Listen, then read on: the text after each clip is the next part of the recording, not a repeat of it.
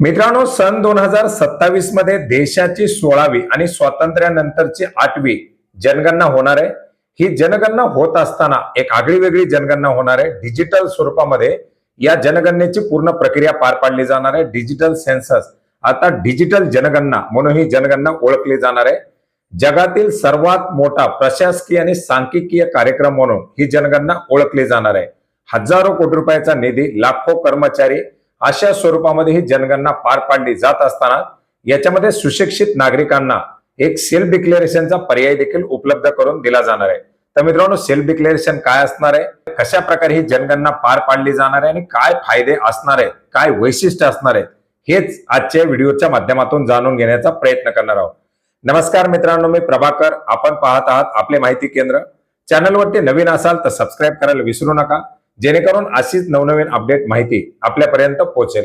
मित्रांनो, डिसेंबर 2025 मध्ये केंद्रीय मंत्रिमंडळाच्या माध्यमातून ही देशाची जनगणना पार पाडण्यासाठी मंजुरी दिलेली आहे, ज्याच्यामध्ये 11,718 कोटी 24 लाख रुपयाचा निधी या जनगणनेसाठी मंजूर करण्यात आलेला आहे। तब्बल 30 लाखापेक्षा जास्त कर्मचारी या जनगणनेमध्ये काम करणार आहेत।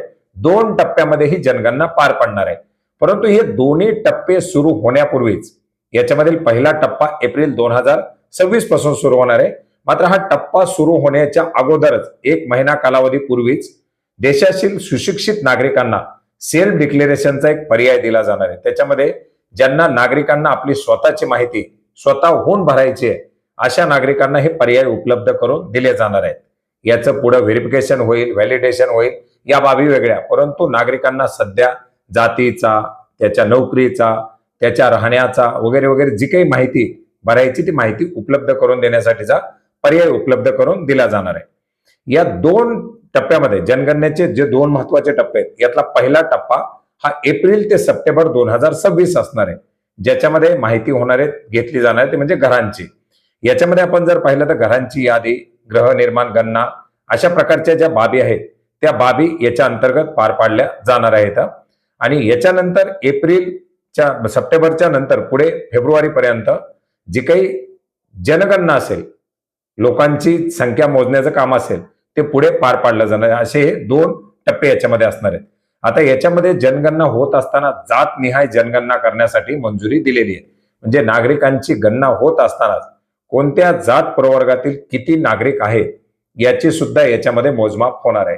घरं, कोणाकडे घरं उपलब्ध आहेत, कोणाची घरं पक्की आहेत, कोणाची घरे कच्ची आहेत, कोणाची घरं पूरप्रवण क्षेत्रात आहेत, जिथं समजा जर काही पुढे नैसर्गिक आपत्ती आली तर त्या टायमाला त्या नागरिकांची काय परिस्थिती असेल, तिथं काय काय मदत दिली जाऊ शकेल, ही माहिती सुद्धा त्या माध्यमातून घेतली जाणार आहे। घराची स्थिती, त्या नागरिकांना असलेल्या सुविधा, मालमत्ता, या सर्वांची माहिती त्याच्या माध्यमातून घेतली जाणार आहे। पूर्णपणे डिजिटल स्वरूपामध्ये अँड्रॉइड ऍप्लिकेशन असतील, वेब पोर्टल असतील, याच्या माध्यमातून माहिती घेतली जाणार आहे।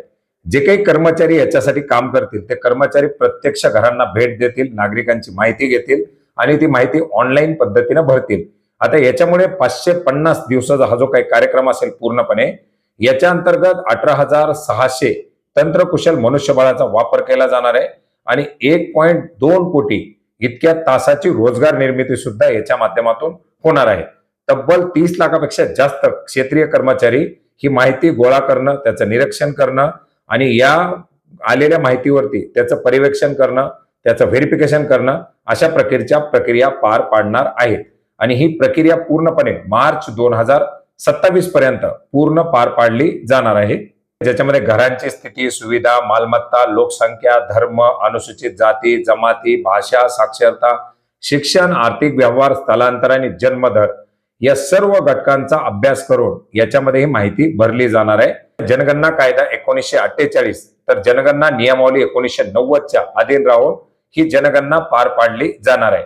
आता लवकरच नागरिकांना याच्या अंतर्गत डिजिटली सेल्फ डिक्लेरेशनचा पर्याय उपलब्ध करून दिला जाईल आणि एप्रिल 2026 पासून प्रत्यक्षात या जनगणनेच्या पहिल्या टप्प्याला सुरुवात होणार आहे। तर मित्रांनो, डिजिटल जनगणना अर्थात डिजिटल सेन्सस याच्याबद्दल एक तुम्हाला उपयोगी पडेल अशी माहिती आजच्या व्हिडिओच्या माध्यमातून घेण्याचा प्रयत्न केलेला आहे।